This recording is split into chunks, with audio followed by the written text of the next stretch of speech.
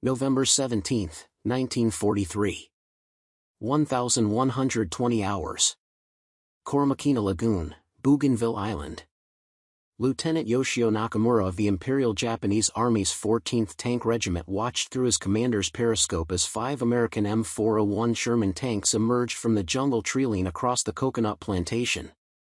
Within the next 8 minutes, his Type 97 Chiha medium tank and the 3 other Chiha tanks in his platoon would be reduced to burning steel coffins, outgunned and outarmored by American machines that represented a technological superiority so overwhelming that Japanese tank doctrine would be fundamentally abandoned across the entire Pacific theater. The Americans called their tanks Shermans, reliable workhorses of industrial might. The Japanese tankers who survived encounters with them would come to call them Teki Kyofu, Iron Demons. These encounters would not be battles in any traditional sense but rather systematic demonstrations of industrial and technological dominance that would force Japanese commanders to a humiliating conclusion. Japanese tanks could not fight American tanks. They could only die against them. Before we jump back in, tell us where you're tuning in from, and if this story touches you, make sure you're subscribed, because tomorrow, I've saved something extra special for you. The technological chasm that revealed itself across dozens of Pacific engagements was not merely a matter of superior engineering. It represented the complete failure of Japanese military-industrial planning to anticipate the nature of modern mechanized warfare. While American factories were producing tanks designed to fight German panzers in European fields, Japanese factories were still building tanks designed for infantry support against Chinese forces who possessed virtually no armor. The result was a mismatch so severe that it bordered on the absurd. Japanese tank crews, brave men trained in the samurai tradition of warrior spirit, found themselves driving machines that were obsolete before they ever reached the battlefield. The Type 97 Chiha medium tank had entered service in 1938 and represented the backbone of Japanese armored forces throughout the Pacific War. Its designers at the Mitsubishi Heavy Industries plant in Tokyo had created what they believed was an adequate combat vehicle for the anticipated conflicts in China and Southeast Asia. The Chiha mounted a 57mm Type 97 main gun, carried armor ranging from 8mm to 25mm in thickness, and was powered by a Mitsubishi Type 97 air-cooled diesel engine producing 170 horsepower. The tank weighed approximately 15 tons and could achieve a maximum speed of 38 km per hour on roads. For operations against Chinese nationalist forces in 1938 and 1939, these specifications proved entirely adequate. Chinese forces possessed few anti-tank weapons and virtually no armor of their own. The Chiha could provide mobile fire support to infantry formations while remaining essentially invulnerable to small arms fire and light artillery. Japanese tank doctrine had evolved in Manchuria and China during the 1930s. The primary mission of Japanese armor was not tank versus tank combat but rather infantry support and breakthrough operations against fortified positions. This doctrinal focus shaped every aspect of Chiha design. The 57mm gun was optimized for high-explosive shells rather than armor-piercing rounds. The thin armor was considered sufficient because Japanese planners did not anticipate encountering enemy tanks in significant numbers. The relatively small size and light weight allowed the Chiha to navigate the inadequate roads and bridges of rural China. Every design choice made perfect sense within the context of the war Japanese planners expected to fight. The American M4 Sherman medium tank represented an entirely different design philosophy rooted in fundamentally different strategic circumstances. American tank designers at the Aberdeen Proving Ground in Maryland had studied German armor operations in Poland and France with growing alarm. They understood that American tanks would need to fight German panzers equipped with high-velocity guns and heavy armor. The Sherman that emerged from this analysis mounted a 75mm M3 gun capable of firing armor-piercing rounds with substantially greater penetration than anything in the Japanese arsenal. The Sherman carried frontal armor ranging from 51mm to 76mm in thickness, more than triple the protection of the Chiha. A Continental R-975 radial aircraft engine producing 400 horsepower gave the 30-ton Sherman comparable mobility to the much lighter Japanese tank. Every aspect of Sherman design reflected lessons learned from observing mechanized warfare in Europe. The specifications told only part of the story. American industrial capacity allowed for refinements and improvements that Japanese industry could not match. Sherman tanks incorporated welded armor construction using homogeneous steel plate that provided superior protection compared to the riveted mild steel used in Chiha construction. American optical equipment including periscopes and gun sights offered superior clarity and range-finding capability. The Sherman's gyrostabilizer allowed reasonably accurate fire while moving, a capability Japanese tanks completely lacked. American radios in every tank enabled coordinated operations that Japanese forces, who typically equipped only command tanks with radios, could not replicate. Even seemingly minor details like the Sherman's powered turret traverse, which allowed the gunner to rotate the turret quickly using electrical motors, provided decisive advantages over the Chiha's manual traverse system that required the gunner to physically crank the turret into position.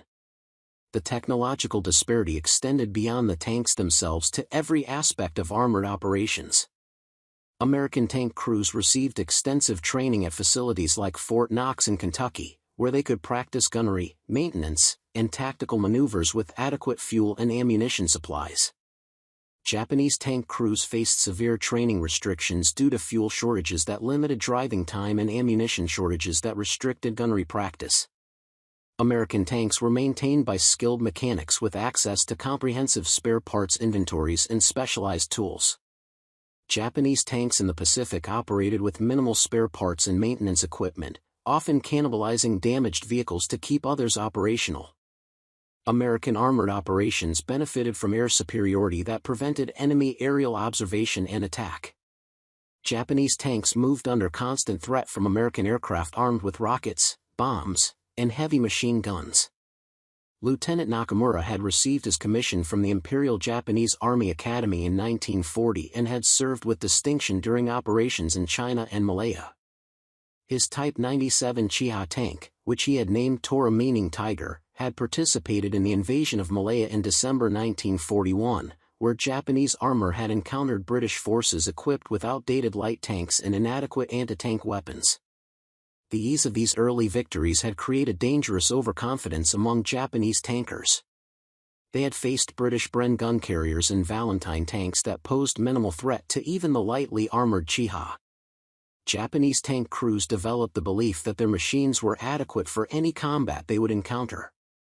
This illusion would be shattered when they encountered American armor designed to fight a completely different class of enemy. The Japanese High Command understood the technical inferiority of their armor even before the first tank engagement with American forces.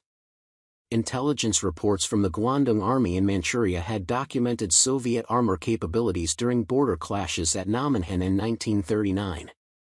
Soviet BT-7 tanks and T-34 medium tanks had demonstrated clear superiority over Japanese armor. The Japanese military had responded not by developing superior tanks but by de-emphasizing armor in their planning for the Pacific War. Senior Japanese officers concluded that the terrain of Pacific Islands and Southeast Asian jungles would limit tank operations. They calculated that American forces would not deploy significant armor to island operations where logistics would be challenging and terrain would favor infantry. This calculation proved catastrophically wrong.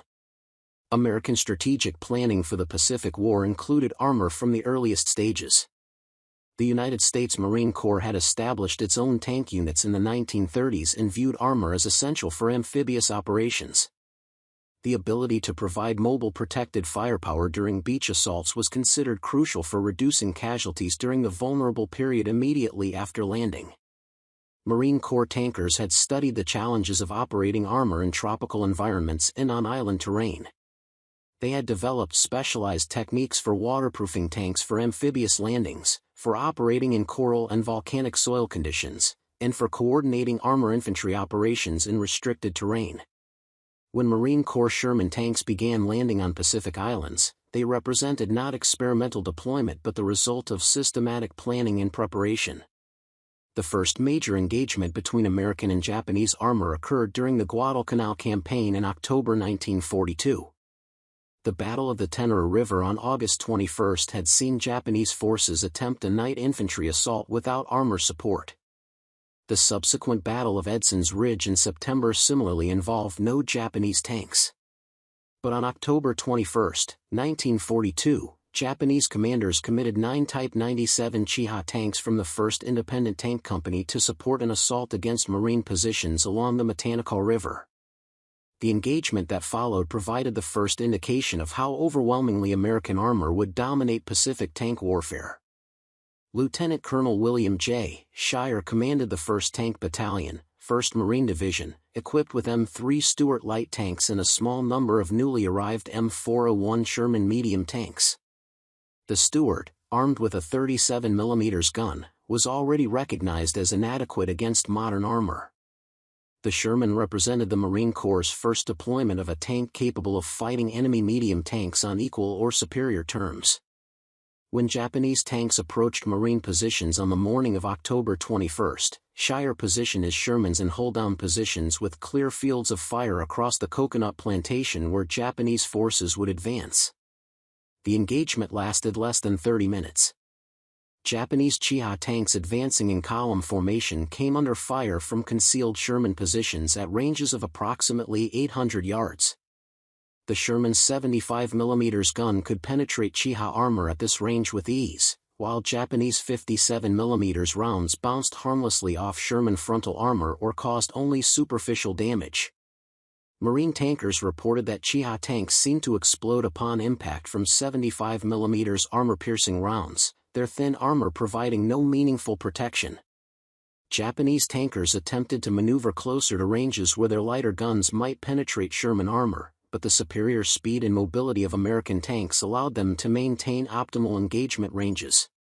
Of the 9 Japanese tanks committed to the assault, 7 were destroyed and 2 withdrew damaged. Not a single American tank was lost or seriously damaged. Japanese after-action reports from surviving crew members described the engagement with terms like Zetsubo, despair, and Kyofu, terror. Tank commanders reported that their 57 mm guns seemed to have no effect on American armor even at close ranges. They described American tanks maneuvering with surprising speed and firing accurately while moving, capabilities their own tanks completely lacked. The psychological impact of facing an enemy whose tanks could destroy yours with impunity while remaining essentially invulnerable to your weapons proved devastating to Japanese tank crew morale. Preparing and narrating this story took us a lot of time, so if you are enjoying it, subscribe to our channel, it means a lot to us. Now back to the story. The pattern established at Guadalcanal would repeat itself in every subsequent engagement between American and Japanese armor throughout the Pacific War. At Tarawa in November 1943, Japanese Type 95 Hago light tanks attempted to counterattack Marine positions and were destroyed within minutes by Sherman fire. At Saipan in June 1944, the largest Japanese tank assault of the Pacific War saw 44 tanks, a mixture of Type 97 Chiha medium tanks and Type 95 Hago light tanks, destroyed in a single night engagement against Marine Corps Shermans. At Guam in July 1944, Japanese armor was eliminated so quickly that tank versus tank combat barely factored in operational planning. At Peleliu in September 1944, Japanese commanders chose not to employ their tanks in mobile operations, instead using them as static pillboxes because they recognized that movement would result in immediate destruction by American armor. The technological inferiority of Japanese tanks had strategic consequences that extended far beyond individual engagements. Japanese commanders were forced to completely revise their defensive doctrine for Pacific Islands. Early in the war, Japanese defensive plans had envisioned mobile counterattacks by armored reserves to drive American forces back into the sea during the vulnerable period immediately after landing. The systematic destruction of Japanese armor in every engagement where this tactic was attempted forced a complete doctrinal revision. By 1944, Japanese defensive doctrine called for concealing armor in prepared positions and using tanks as stationary gun platforms rather than mobile weapons. This represented an admission that Japanese tanks could not maneuver on the battlefield against American forces and expect to survive. Lieutenant Nakamura understood these grim realities as he watched the American Shermans emerge from the jungle on Bougainville. His orders were to delay the American advance long enough for infantry forces to establish defensive positions in the hills beyond the coastal plain. He knew from reports of previous engagements that his Chiha tanks stood virtually no chance against American armor in open combat. His only advantages were the element of surprise, since American forces did not yet know Japanese tanks were in the area, and intimate knowledge of the terrain, which included several positions where his tanks might engage from concealment before withdrawing. These marginal advantages would prove insufficient against the overwhelming technical superiority of the American machines. The 5 American Sherman tanks belonged to the 3rd Marine Tank Battalion supporting the 3rd Marine Division's advance inland from the Koromokina beachhead. The American advance had proceeded more rapidly than Japanese commanders anticipated, penetrating several miles inland before encountering significant resistance.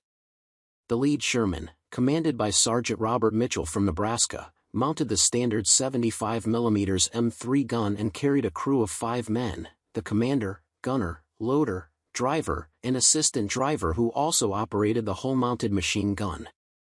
Mitchell's tank, designated C-31, had been combat-loaded aboard a landing ship tank in the Solomon Islands 2 weeks earlier and had come ashore across the Koromokina beaches on November 1.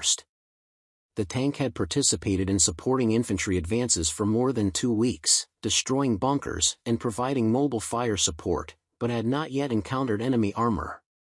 American tank doctrine emphasized aggressive maneuver and overwhelming firepower.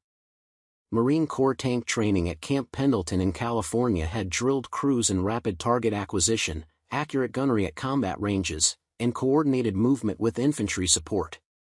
The combination of superior equipment, comprehensive training, adequate supplies, and air superiority created conditions where American armor could operate with confidence that bordered on certainty.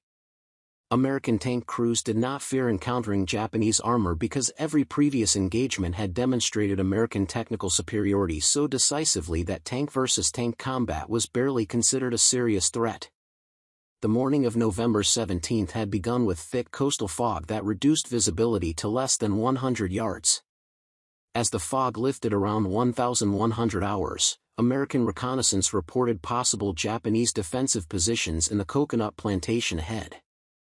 The 5 Shermans were ordered forward to conduct reconnaissance by fire, a tactic where tanks advance while firing at suspected enemy positions to provoke return fire that would reveal defensive locations. This aggressive approach was possible only because American commanders knew their tanks could survive return fire from Japanese weapons. No similar confidence existed on the Japanese side, where tank commanders understood that exposure to American fire meant almost certain destruction. As Sergeant Mitchell's Sherman advanced across the plantation, Lieutenant Nakamura made his decision. His 4 Chiha tanks were positioned in a treeline approximately 400 meters from the American axis of advance. At this range, his 57mm guns had at least theoretical capability to penetrate Sherman's side armor if he could achieve perfect shot placement. Frontal penetration would be impossible, but flanking shots might disable American tanks if his crews could fire accurately under combat stress. The manual traverse system in the Chiha turret meant that acquiring and engaging targets required significantly more time than in the electrically traversed Sherman turret, giving Japanese crews only seconds to aim and fire before American tanks could return fire with devastating effect. The engagement began at 1,122 hours when the lead Chiha tank fired its 57mm gun at Mitchell's Sherman from a range of approximately 380 meters. The round struck the Sherman's frontal armor at an oblique angle and ricocheted upward without penetrating. The distinctive crack of the Japanese gun immediately revealed the concealed tank's position to Mitchell's gunner, Corporal James Henderson from Texas, who had been scanning the treeline through his telescopic sight. Henderson identified the source of fire within 3 seconds and traversed the turret using the electrical traverse system.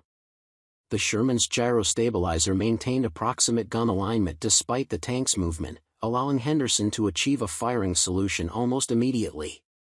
At 1,123 hours, approximately 45 seconds after the Japanese round struck his tank, Henderson fired a 75mm M61 armor-piercing round at the revealed Japanese position.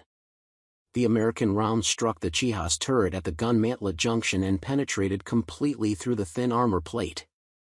The projectile detonated inside the turret compartment, killing the commander and gunner instantly and igniting ammunition stored in the turret bustle. Secondary explosions from cooking off ammunition destroyed the turret ring and blew the turret partially off the hull. The remaining crew members, the driver and hull machine gunner, were killed by overpressure and fire. Lieutenant Nakamura's tank, positioned approximately 40 meters to the left of the destroyed Chiha, watched as platoon's second tank transformed into a burning wreck in less than a minute of combat. The destruction of the first Chiha revealed the positions of Nakamura's remaining 3 tanks to the American force. The other 4 Shermans immediately began maneuvering to engage, their superior speed allowing them to advance while maintaining optimal combat ranges. Nakamura ordered his remaining tanks to fire and then immediately withdraw to secondary positions prepared 200 meters behind their current location. This fighting withdrawal tactic represented the only viable approach for Japanese armor facing superior American tanks, trading space for time while attempting to inflict casualties through brief engagements before retreating. The 2nd and 4th Chiha tanks fired almost simultaneously at different Sherman targets. One round struck the side hull of Mitchell's Sherman, penetrating the relatively thin side armor and entering the crew compartment. The round did not detonate but fragmented upon impact, wounding the assistant driver and causing minor damage to internal equipment. This represented the only successful armor penetration achieved by Japanese tanks during the engagement. The other Japanese round missed entirely, passing over its target as the Sherman maneuvered. Both Japanese tanks attempted to reverse away from their firing positions as ordered, but the manual transmission and relatively underpowered engine of the Chiha made rapid reverse movement difficult. American return fire came within seconds. 2 Shermans engaged the 2nd Chiha simultaneously, both rounds penetrating the thin armor and causing catastrophic internal damage. The tank did not immediately explode but caught fire, forcing the crew to bail out under American machine gun fire. 3 crew members were killed exiting the tank, while the driver and commander escaped into the jungle. The 4th Chiha achieved successful withdrawal to its secondary position, though not before receiving a glancing hit on the rear hull that damaged the engine compartment and reduced mobility. Lieutenant Nakamura's own Chiha, designated as the platoon command tank, had been positioned slightly behind and to the left of the other tanks to provide overwatch and command control. From this position, Nakamura had observed the destruction of half his platoon in less than 3 minutes of combat. The overwhelming technical superiority of American tanks had been demonstrated with brutal efficiency. Japanese armor doctrine, training, and equipment were revealed as completely inadequate for combat against modern American armor. The brave crews who had trained for years and had fought successfully against Chinese and British forces in previous campaigns found themselves helpless against an enemy whose tanks could destroy theirs with impunity while remaining essentially invulnerable to Japanese fire. Nakamura understood that continuing the engagement would result only in the destruction of his remaining 2 operational tanks without achieving any meaningful delay of the American advance. His radio operator transmitted withdrawal orders using the company net, directing both surviving tanks to break contact and retreat to the regimental assembly area 5 kilometers inland. The tactical situation allowed no other rational choice. Japanese tanks could not fight American tanks in open combat and survive. The entire basis of Japanese armor doctrine, developed through years of operations in China, had been rendered obsolete by the technological realities of Pacific warfare. The engagement at Koromokina Lagoon on November 17, 1943 lasted approximately 8 minutes from first shot to final withdrawal. Of 4 Japanese Chiha medium tanks committed to combat, 2 were completely destroyed with all crew members killed, 1 was damaged and abandoned, and 1 withdrew relatively intact though with significant mechanical damage. American forces lost no tanks, suffered 1 wounded crew member, and continued their advance with minimal delay. This lopsided outcome represented not an aberration but rather the normal pattern of American-Japanese tank engagements throughout the Pacific War. The destruction of Nakamura's platoon sent shockwaves through Japanese command circles on Bougainville and throughout the South Pacific. Staff officers analyzing the engagement reached conclusions that Japanese tankers had been reporting for more than a year. Japanese armor could not contest American armor in anything approaching equal combat. The technological gap was not marginal but absolute. American tanks were superior in firepower, armor protection, mobility, crew training, mechanical reliability, and supporting systems. Japanese tanks had no corresponding advantages that could compensate for these deficiencies. The only rational response was to avoid tank versus tank combat entirely and to use Japanese armor only in carefully controlled circumstances where American armor could not respond effectively. These conclusions, which would be formalized in revised Japanese defensive doctrine by early 1944, represented an admission of defeat in the realm of armored warfare before that defeat had been completely physically manifested. Japanese industrial capacity could not produce tanks comparable to American designs. Japanese strategic resources could not support the fuel, ammunition, and spare parts needed for extensive armored operations. Japanese tactical doctrine, which had emphasized infantry armor coordination for breakthrough operations, would need to be completely revised to reflect the reality that Japanese armor could not maneuver on contested battlefields against American forces. The morning engagement on Bougainville represented in microcosm the entire Pacific armored warfare experience. American industrial might, superior technology, comprehensive training, and adequate supplies created overwhelming advantages that Japanese courage and tactical skill could not overcome. Lieutenant Nakamura survived the war and provided detailed testimony about armored combat in the Pacific during post-war interrogations. His description of watching American Sherman tanks methodically destroy his platoon while his own weapons proved ineffective captured the essence of technological mismatch. Japanese tanks designed for one war fought in a completely different conflict against an enemy who possessed capabilities Japanese planners had not anticipated. The result was systematic destruction of Japanese armor across every Pacific battlefield where American and Japanese tanks met in combat. The systematic destruction of Japanese armor across the Pacific theater represented not merely tactical setbacks but the complete collapse of a strategic assumption that had guided Japanese military planning for more than a decade. Japanese tank development had proceeded along a logical path based on their operational experience in Manchuria and China, where armor faced minimal opposition and served primarily as mobile fire support for infantry operations. The realization that this entire developmental trajectory had been fundamentally flawed came not as a sudden revelation but as an accumulating weight of evidence from battlefields scattered across thousands of miles of ocean. Each engagement between American and Japanese tanks provided fresh confirmation that Japanese armored forces were fighting a war for which they were catastrophically unprepared. The origins of Japanese tank inadequacy could be traced to decisions made in the early 1930s when the Imperial Japanese Army first began serious development of armored forces. The Army Technical Bureau, responsible for weapons development, had studied European tank operations during World War I and the subsequent interwar period. They observed the fundamental debate between advocates of heavily armored breakthrough tanks and proponents of lighter, faster cavalry tanks. Japanese planners, influenced by their operational environment in China and their resource constraints, chose a middle path that emphasized balanced designs suitable for infantry support operations in terrain that often lacked adequate roads and bridges to support heavy vehicles. The Type 89 Igo medium tank, which entered service in 1929, embodied this philosophy.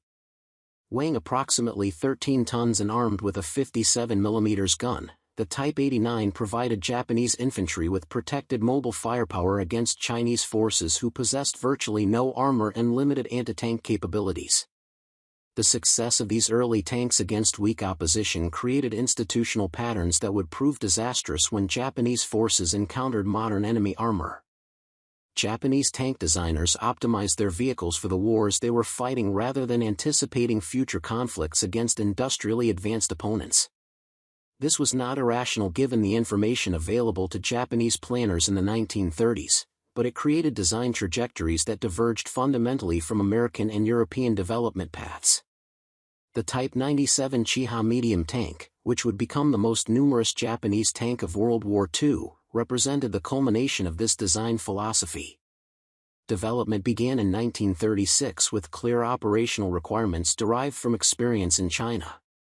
The new tank needed to provide improved mobility over the Type 89, better reliability in harsh conditions, adequate firepower for infantry support missions, and armor sufficient to resist Chinese anti-tank weapons. The requirement for tank versus tank combat capability was considered secondary because Japanese forces had encountered virtually no enemy armor in their campaigns. The Mitsubishi design team created a vehicle that met these requirements admirably within the context of the war Japanese planners expected to fight. The Chiha mounted a 57mm Type 97 tank gun with a barrel length of 18. For calibers, relatively short by contemporary standards. This gun fired a variety of ammunition types including high-explosive shells optimized for destroying bunkers and infantry positions, armor-piercing shells for the limited anti-tank work anticipated, and canister rounds for close-range anti-personnel use. The high-explosive shells proved effective against Chinese fortifications and provided useful fire support to Japanese infantry. The armor-piercing capability, however, was minimal by the standards that would soon prevail in World War II. The 57mm gun could penetrate approximately 55mm of armor at 100 meters under optimal conditions, adequate against light tanks and armored cars but insufficient against modern medium tanks. The armor protection of the Chiha reflected similar prioritization of infantry support over tank combat. The frontal hull armor measured 25mm at maximum thickness, sloped at modest angles to provide some degree of ballistic improvement. Turret armor ranged from 25mm on the front to as little as 20mm on the sides and rear.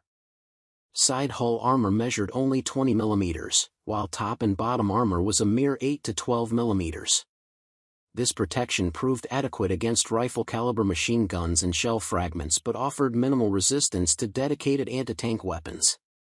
Japanese designers had calculated that thicker armor would reduce mobility and increase weight beyond the capacity of many bridges in China and Southeast Asia.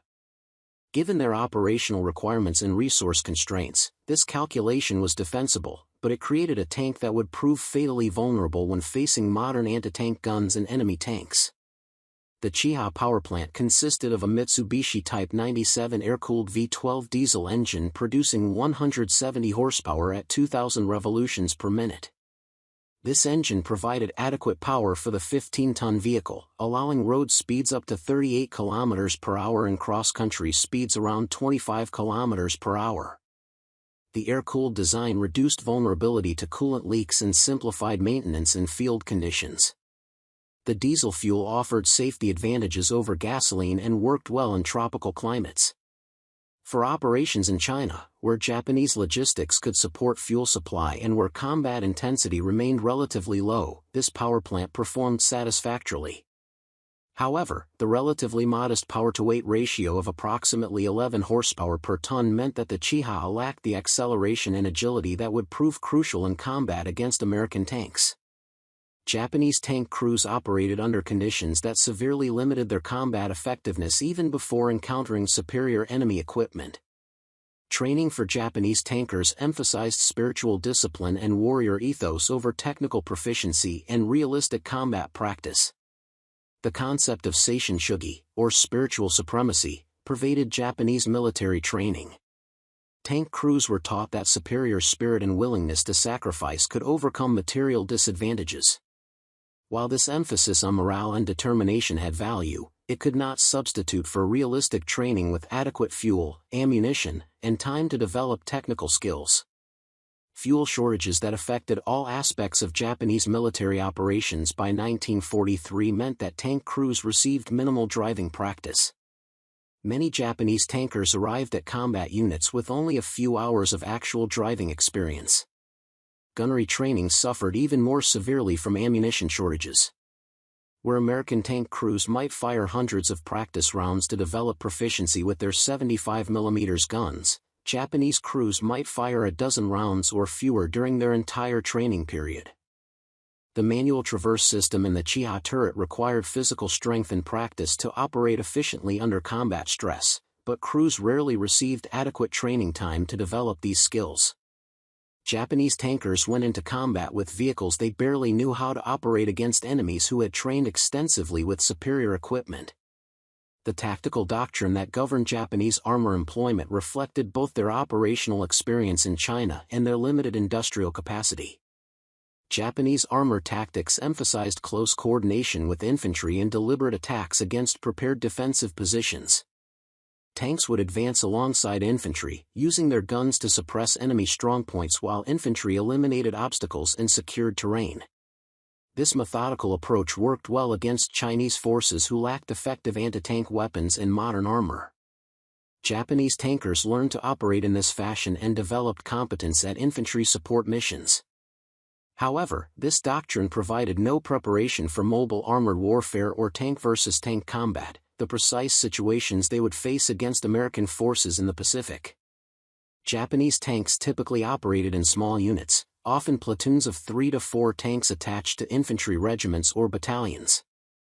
Large-scale armored operations involving dozens of tanks and coordinated maneuvers were rare even in training and almost unknown in combat. Communications equipment limited the ability to coordinate tank operations even when multiple vehicles operated together. Only command tanks carried radios in most Japanese tank units, with other tanks maintaining contact through visual signals or by following the leader. This communications limitation meant that Japanese armor could not conduct the kind of coordinated maneuvers and mutual support that characterized American and German armor doctrine. Each tank operated largely independently, unable to receive rapid updates about enemy positions or changes in tactical situation. The industrial infrastructure supporting Japanese armored forces imposed additional constraints that crippled combat effectiveness. Japanese tank production remained relatively limited throughout the war, with total Chiha production reaching approximately 1,100 vehicles by 1943 when production transitioned to the improved Chiha-Kai model. This modest production reflected Japan's limited industrial capacity and the competing demands of naval construction, aircraft production, and other military requirements. The Japanese economy simply lacked the industrial base to produce armor in quantities comparable to American output while also maintaining massive naval forces and substantial air forces. Quality control in Japanese tank production varied significantly depending on which factory produced the vehicle and when during the war construction occurred. Early production Chiha tanks featured reasonable build quality with properly heat-treated armor and reliable mechanical components.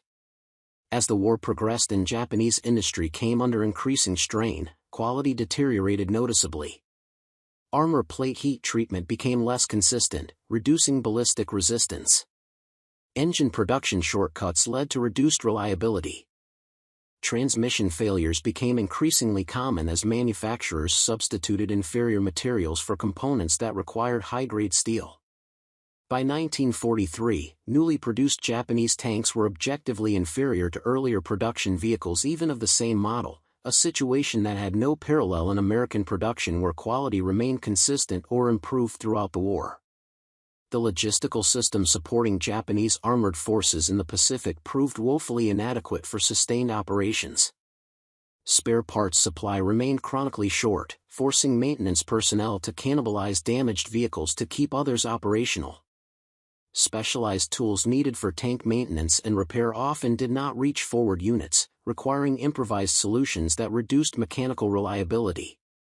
Replacement engines, transmissions, and other major components rarely reached units in the field, meaning that tanks with major mechanical failures were typically abandoned rather than repaired. Japanese tankers operated with the knowledge that mechanical breakdown meant loss of the vehicle regardless of enemy action.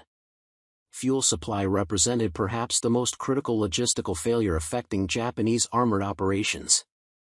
Japan's strategic oil shortage, which had been a primary motivation for the Pacific War, meant that military units never received adequate fuel allocations. Tank units training in Japan or Manchuria received minimal fuel for driver training and tactical exercises. Units deployed to forward areas in the Pacific received even less, with fuel supplies sometimes so limited that tanks could not conduct even basic maintenance operations that required running engines. This chronic fuel shortage meant that Japanese armor often remained immobile in prepared positions rather than maneuvering on the battlefield, transforming mobile weapons into static pillboxes that could be easily targeted and destroyed. The strategic situation facing Japanese armor in the Pacific created challenges that no amount of tactical skill or individual courage could overcome. American forces possessed air superiority over virtually every Pacific battlefield by 1943. Japanese tanks moving during daylight faced immediate attack from American aircraft armed with bombs, rockets, and heavy machine guns. The thin top armor of the Chiha, designed primarily to resist artillery fragments, provided no protection against aerial attack. American pilots quickly learned that Japanese tanks were vulnerable targets, and tank hunting became a preferred mission for Marine Corps dive bombers and Army Air Force's fighter bombers. Japanese armor could move only at night or in weather conditions that grounded American aircraft, severely limiting tactical flexibility. American naval gunfire support provided another dimension of firepower that Japanese armor could not counter. When operating on islands or coastal areas, Japanese tanks faced the possibility of engagement by naval guns ranging from 5-inch destroyer weapons to the massive 16-inch rifles of battleships. These naval guns could destroy any Japanese tank with a single hit and could fire from positions beyond any possibility of Japanese response. The combination of air superiority and naval gunfire support meant that Japanese armor operated in an environment where they faced overwhelming firepower from multiple dimensions while their own supporting arms remained limited and unreliable. The intelligence situation favored American forces so completely that Japanese movements were often known to American commanders before Japanese units even began their operations. American code-breaking capabilities provided detailed information about Japanese dispositions, strength, and intentions. Radio intelligence units monitored Japanese communications and provided tactical warnings of impending attacks. Aerial reconnaissance photographed Japanese positions and identified defensive preparations. Japanese forces, by contrast, operated with minimal intelligence about American capabilities, often learning about new American weapons and tactics only by encountering them in combat. This intelligence disparity meant that American commanders could plan operations with accurate knowledge of Japanese capabilities while Japanese commanders operated with dangerously incomplete information about the forces they would face. The cumulative effect of these disadvantages created a situation where Japanese armor was essentially defeated before combat even began. Inferior equipment, inadequate training, limited supplies, poor communications, lack of air cover, incomplete intelligence, and overwhelming enemy firepower combined to ensure that Japanese tanks could not accomplish their missions regardless of crew courage or tactical skill. Individual Japanese tankers might fight bravely and employ sound tactics within their limited capabilities, but the systemic disadvantages they faced made defeat inevitable in any engagement against American armor. Japanese commanders at various levels recognized these realities with varying degrees of clarity and varying speeds. Some senior officers, particularly those who had observed Soviet armor capabilities during the Namihan incident in 1939, understood that Japanese tanks were inferior to modern armor even before the Pacific War began. These officers had advocated for improved tank development and increased production, but their warnings went largely unheeded as Japanese strategic planning prioritized naval and air forces over ground equipment. Mid-level commanders who actually led tank units in combat learned the harsh realities of Japanese armor inferiority through direct experience, watching their units destroyed in engagement after engagement against American forces. Tank crews themselves, the men who lived and died inside the thin armor of Chiha tanks, developed the clearest understanding of their situation. They knew from personal experience that their guns could not penetrate American armor while American guns could destroy their tanks with ease. They understood that their manual turret traverse system left them helpless against American tanks with powered traverse that could acquire and engage targets far more rapidly. They recognized that their lack of radios meant they could not coordinate effectively or receive tactical updates during combat. They experienced the frustration of inadequate training with insufficient fuel and ammunition to develop real proficiency with their equipment. Most painfully, they understood that their courage and willingness to die for their emperor could not overcome the technological and industrial superiority of their enemy. Up next, you've got two more standout stories right on your screen. If this one hit the mark, you won't want to pass these up. Just click and check them out. And don't forget to subscribe and turn on the notification bell so you don't miss any upload from us.